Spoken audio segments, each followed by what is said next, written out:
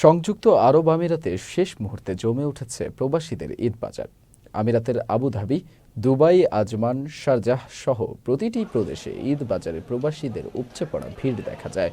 কেউ একা, আবার কেউ পরিবার পরিজন নিয়ে ব্যস্ত সময় পার করছেন কেনাকাটায়। আর বিপণী বিতানগুলো পসরা সাজিয়ে বসেছেন নানা পোশাকে। বাংলাদেশি প্রতিষ্ঠানগুলোতে দেশীয় কাপড়ের পাশাপাশি পাওয়া যাচ্ছে পাকিস্তান ও ভারতের বাহারি সব পোশাক, যা কিনতে প্রতিদিন ভিড় জমাচ্ছে ক্রেতারা।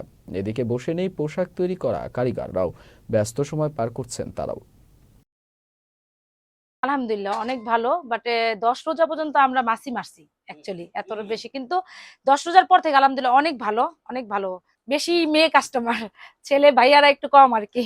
তারপর পাঞ্জাবি রিভিউ খুব ভালো আসতেছে, 20 রোজা থেকে অনেক পাঞ্জাবি সেল হয়েছে। আলহামদুলিল্লাহ খুবই ভালো, ইনশাল্লাহ বেচাকেনার খুবই চাপ আছে এবং খুব ভালো বেচাকেনা হইতেছে এখন। ফার্স্ট প্রায়োরিটি তো আমরা চেক করি যে আমাদের বাংলাদেশি প্রতিষ্ঠান কোথায় আছে, ওখানে গিয়ে আমরা কেনাকাটা করব।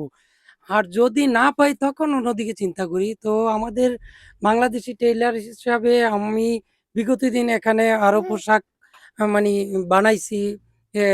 ওনাদের সেলাইগুলি অত্যন্ত সুন্দর। এই লাস্টের দিকে এসে আজকে 3 থেকে 4 দিন যাবত দেখতেছি যে একটু টিকিট বিক্রি হইতেছে, বাট প্রথম দিক থেকে একবার রমজানের অনেক টিকিট বিক্রি কম। ইউএস বাংলাতে বেশি হয়েছে, আল জাজিরা ট্রাভেলস আল জাজিরাতে বেশি হয়েছে, এবং ফ্লাই দুবাইতে। টিকিটের দাম অন্যান্য সময়ের তুলনায় এবার রমজানের ঈদে টিকিটের দাম অনেক কম, এবং কি মানুষের কি সামর্থ্যের ভিতরেই টিকিটের দাম আছে এবার।